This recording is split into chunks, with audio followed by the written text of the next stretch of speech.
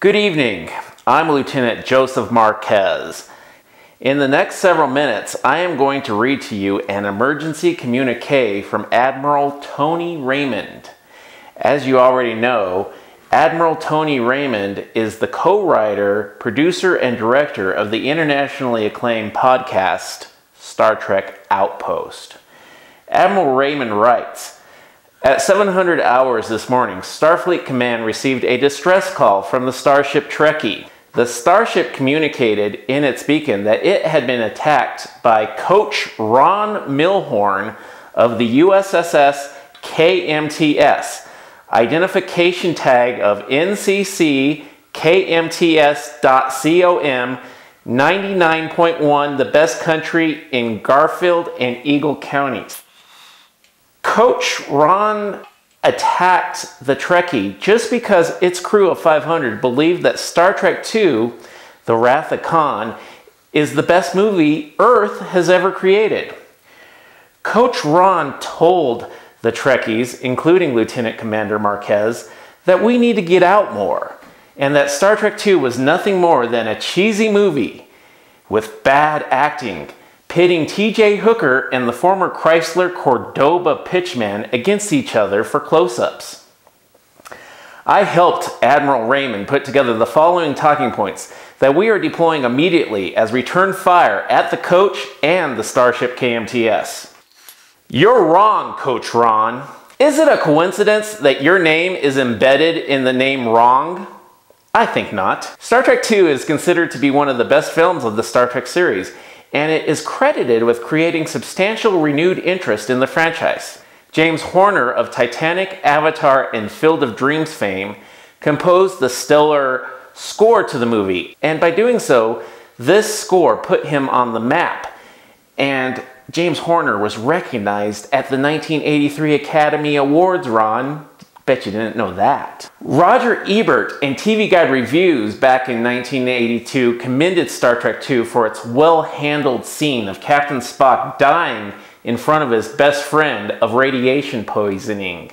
Coach Ron, I bet you didn't know that The Wrath of Khan won count 'em, 2 Saturn Awards for Best Actor. Yes, that would be Bill Shatner. And Best Direction from Nicholas Meyer.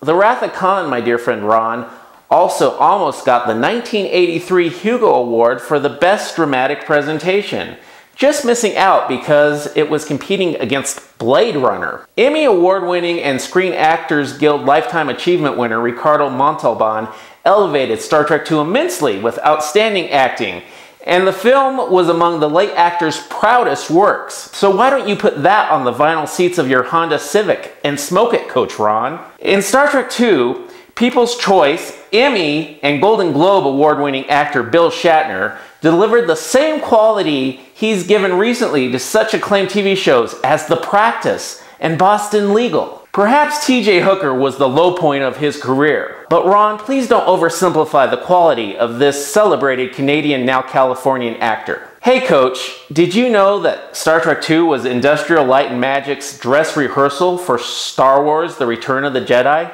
I think for the money, they hit it out of the park. So, Coach Ron, did you know that RottenTomatoes.com says Star Trek II features a strong plot, increased tension, and a sharp supporting performance from your Corinthian leather friend Ricardo?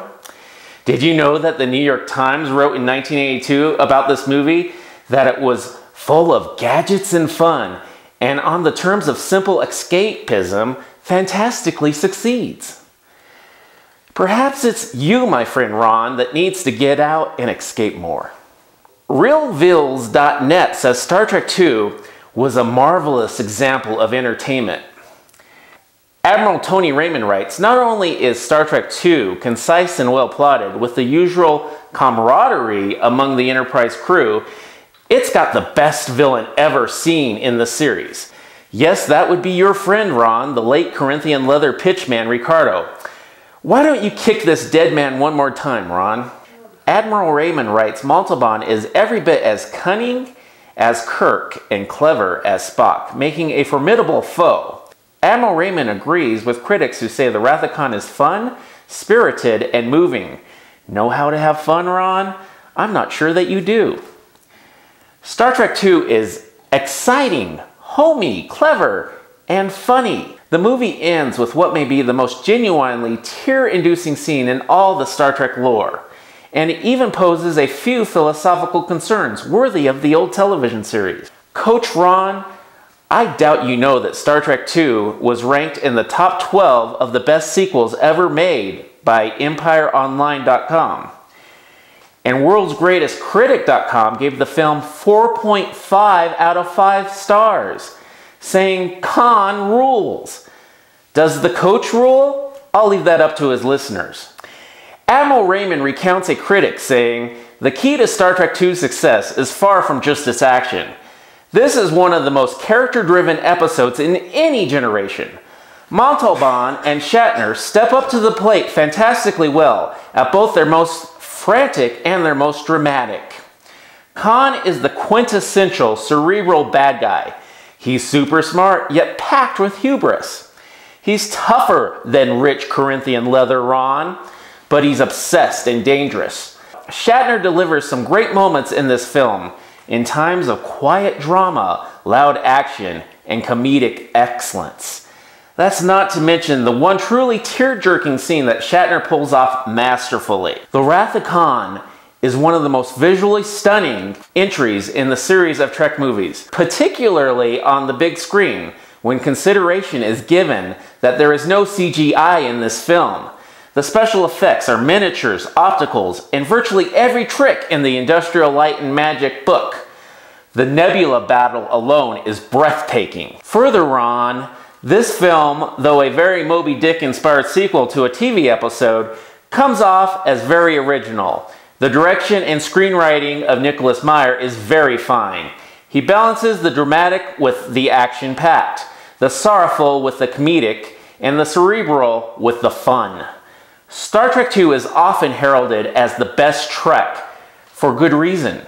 Here's a Trek movie that joins epic sci-fi with straightforward simplicity, serious intentions with the winks of irreverence, and sincere emotional payoffs within the structural confines of a scenery-chewing popcorn revenge picture. Why does Star Trek II work, you may ask, Coach Ron? It works because it's an engaging story that rarely labors, but in the final analysis, I think it comes down to the issue orbiting Admiral Kirk. The fact that aging has given Admiral Kirk the realization that life is perhaps not as simple as he once thought it was. Is life as simple as you thought it was, Ron? Star Trek II brilliantly shows the luggage of past intimate relationships, how a person from your past can come back to haunt you. Does this video fit that, Coach Ron? This movie touches on the tragedy of what it is like to have a colleague who is more like a family member sacrifice his life for you. And finally, this is a great movie because it delves into how human technology is evolving into an area we once thought only belonged to God. For goodness sakes, Coach Ron, humans in this movie create an entire planet from a rock. If you're not impressed by that, Ron, I don't think anything will impress you. On behalf of Admiral Tony Raymond and the rest of the United Federation of Planets, consider this, Coach Ron, to be your return fire. Over and out.